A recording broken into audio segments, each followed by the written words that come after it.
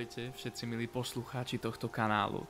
Chcel som nahrať také rýchle video, aby som vám všetkým objasnil, čo presne plánujem a aké mám také nápady a vízie do budúcnosti s týmto kanálom, pretože ma to nesmierne baví a vidím vaše reakcie a vašu aktivitu a strašne ma to teší a práve preto ma to motivuje pokračovať. Mám ale ešte stále školu, chodím na strednú, ale aj tak sa vlastne chcem tomuto venovať a chcem vám prinášať tieto rôzne videá a audioknihy a práve preto som teda vám chcel prezradiť moje také plány do blízkej budúcnosti. A prvý taký plán, ktorý vám chcem povedať, je teda okrem toho, že budem pokračovať so sériou Harryho Pottera a Kameň mudrcov. A kto vie, ako dokončím možno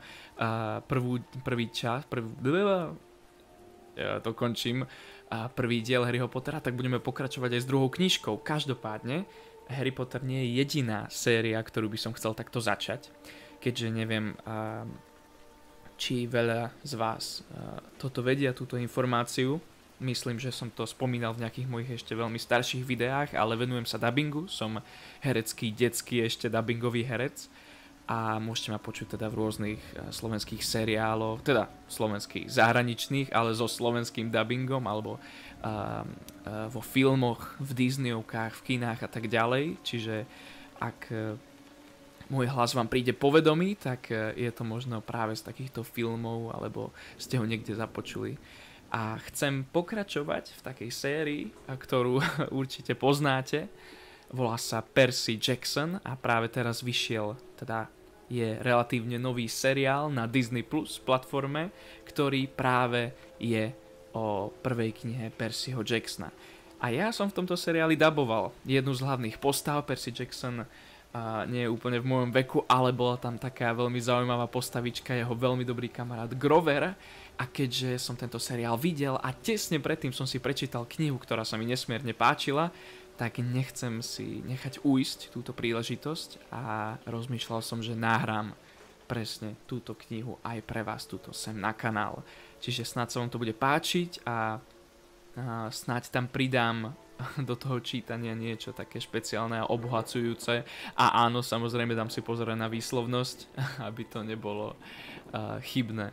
Takže Percy Jackson, to by som chcel určite riešiť. Vidíte, aj teraz mám trošku, som sa práve zobudil a som si povedal, že toto vám musím nahrať, takže sa musím trošku rozprávať.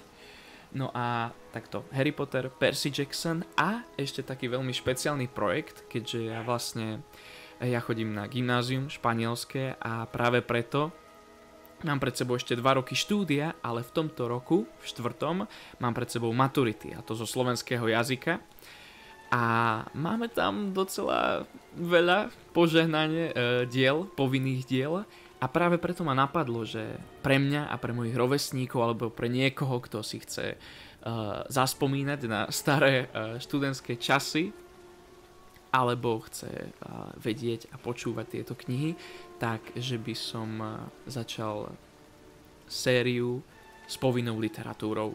Čiže by ste u mňa mohli počuť ako audioknihy rôzne klasické literatúry a diela, povinné diela, ktoré vás v škole možno nútia čítať učitelia, ale ak máte chuť a nechcete si to prečítať, chcete si len sadnúť, dať si sluchátka, zavrieť si oči a počúvať, tak presne tak by som vám v tom rád pomohol a že by sme spolu mohli takto prejsť tým dielom. Takže tak, dajte mi vedieť, čo si o tom myslíte, budem veľmi rád za každú jednu reakciu a no, bude to zaujímavé. Teším sa na to. Takže tak, toto som bol ja a vidíme sa pri nejakej ďalšej audioknihe. Ahojte.